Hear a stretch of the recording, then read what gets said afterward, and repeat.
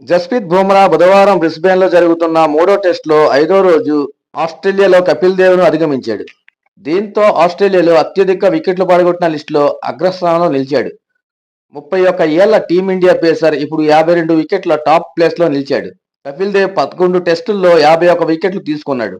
తొలి ఇన్నింగ్స్ లో బుమ్రా 6 వికెట్లు పడగొట్టి రెండో ఇన్నింగ్స్ లో ఉస్మాన్ ఖవాజా, మార్నస్ లబుచాగ్నెలను పెవిలియన్ చేర్చి అత్యధికంలో వెళ్లాడు.